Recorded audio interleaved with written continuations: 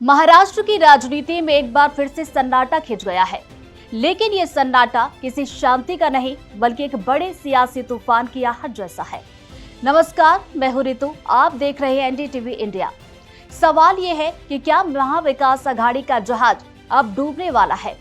क्या उद्धव ठाकरे एक बार फिर अपनों के बीच अकेले पड़ गए हैं?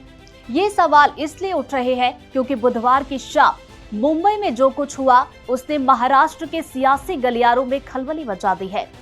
गौर करने वाली बात यह है कि विधानसभा का मॉनसून सत्र चल रहा है और विपक्ष को सरकार को घेरने की रणनीति बनानी थी।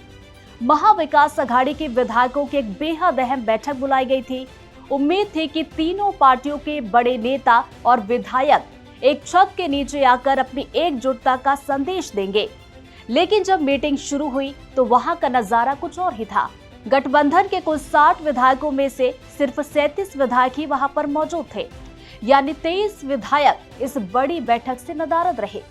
लेकिन सबसे ज्यादा चौंकाने वाली बात यह थी कि सूबे के सबसे कद्दावर नेता शरद पवार और एनसीपी-एसपी के दिग्गज नेता जयंत पाटिल भी इस बैठक में नहीं पहुंचे। हालांकि बाद में ये सफाई दी गई कि दोनों नेता निजी कारणों की वजह से नहीं आ पाए और इसका कोई राजनीतिक मतलब नहीं निकाला जाना चाहिए। लेकिन राजनीति में टाइमिंग ही सब कुछ होती है। जब उद्धव ठाकरे अपनी पार्टी के 6 सांसदों की बगावत से जूझ रहे हों तो ऐसे नाजुक वक्त पर सहयोगियों का न आना कई बड़े सवाल खड़े कर देता है।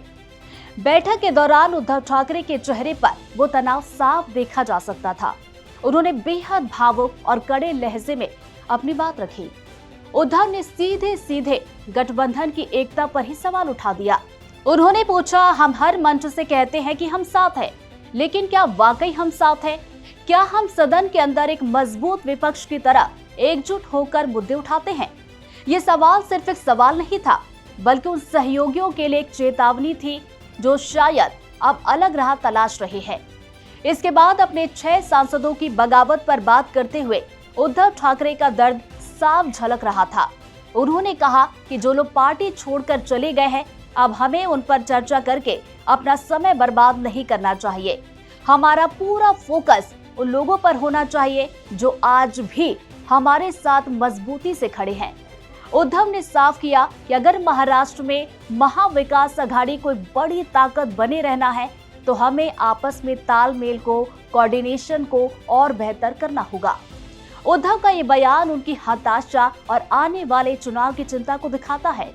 उन्होंने जोर दिया कि भविष्य में तीनों पार्टियों को मिलकर संयुक्त सभाएं, रैलियां और आंदोलन करने होंगे ताकि जनता के बीच में ये मैसेज जाए कि विपक्ष अभी बिखरा नहीं है। लेकिन बड़ा सवाल ये है कि क्या ये सिर्फ भाषणों तक ही सीमित रहेगा? क्योंकि जब बैठक में ही 23 विधायक नहीं पहुंच रहे तो सड़क पर संघर्ष की उम्मीद कैसे की जा सकती है? कुल मिलाकर महाराष्ट्र की राजनीति में ये मोड़ उद्धव ठाकरे के लिए किसी अग्नि परीक्षा से कम नहीं है।